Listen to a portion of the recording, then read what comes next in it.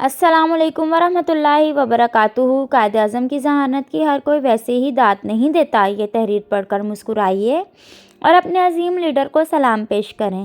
قائد اعظم سفر ریل کے دوران اپنے لیے 2 برتھیں مخصوص کرایا کرتے تھے۔ ایک مرتبہ کسی نے ان سے وجہ دریافت کی تو جواب میں انہوں نے یہ واقعہ سنایا: میں پہلے ایک ہی برتھ مخصوص کراتا تھا۔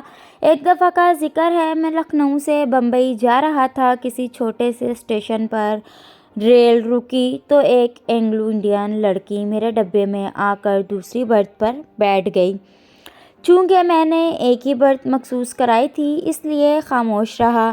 ریل نے رفتار پکڑی تو اچانک وہ لڑکی بولی: تمہارے پاس جو کچھ ہے فوراً میرے حوالے کر دو، ورنہ میں ابھی زنجیر کھینچ کر لوگوں سے کہوں گی کہ یہ شخص میرے ساتھ زبردستی کرنا چاہتا ہے۔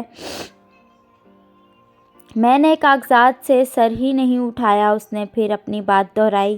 میں پھر خاموش رہا۔ آخر تنگ آ کر اس نے مجھے جھنجھوڑا تو میں نے سر اٹھایا اور اشارے سے کہا: میں بہرا ہوں، مجھے کچھ سنائی نہیں دیتا، جو کچھ کہنا ہے لکھ کر دو۔ اس نے اپنا مدعا کاغذ پر لکھ کر میرے حوالے کر دیا۔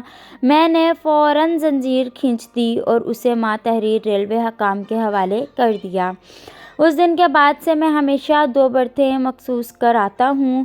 ایک بار قائد اعظم محمد علی جناح اسکول و کالج کے طلباء سے خطاب کر رہے تھے۔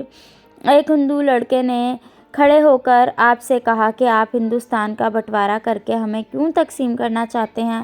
آپ میں اور ہم میں کیا فرق ہے؟ آپ کچھ دیر تو خاموش رہے تو اسٹوڈنٹس نے آپ پر جملے کسنے شروع کر دیے۔ کچھ نے کہا کہ آپ کے پاس اس کا جواب نہیں ہے، اور پھر ہر طرف سے ہندو لڑکوں کی ہوٹنگ اور کہکوں کی آوازیں سنائی دے رہی تھیں۔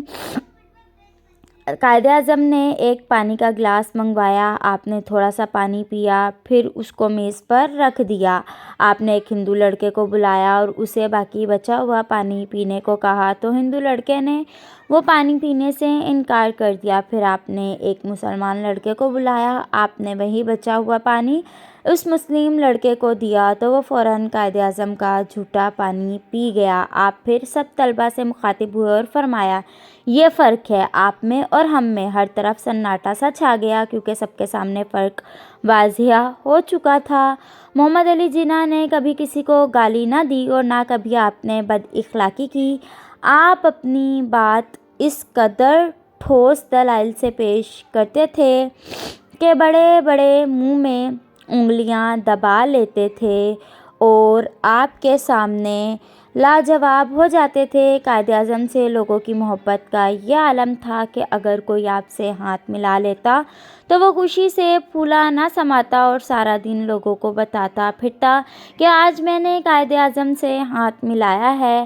قائد اعظم محمد علی جناح اتنی مخالفت کے باوجود ایک دن کے لیے بھی جیل نہیں گئے اور آج تک ایسے الفاظ اپنے منہ سے نہیں نکالے جن کے بعد معذرت کرنی پڑے۔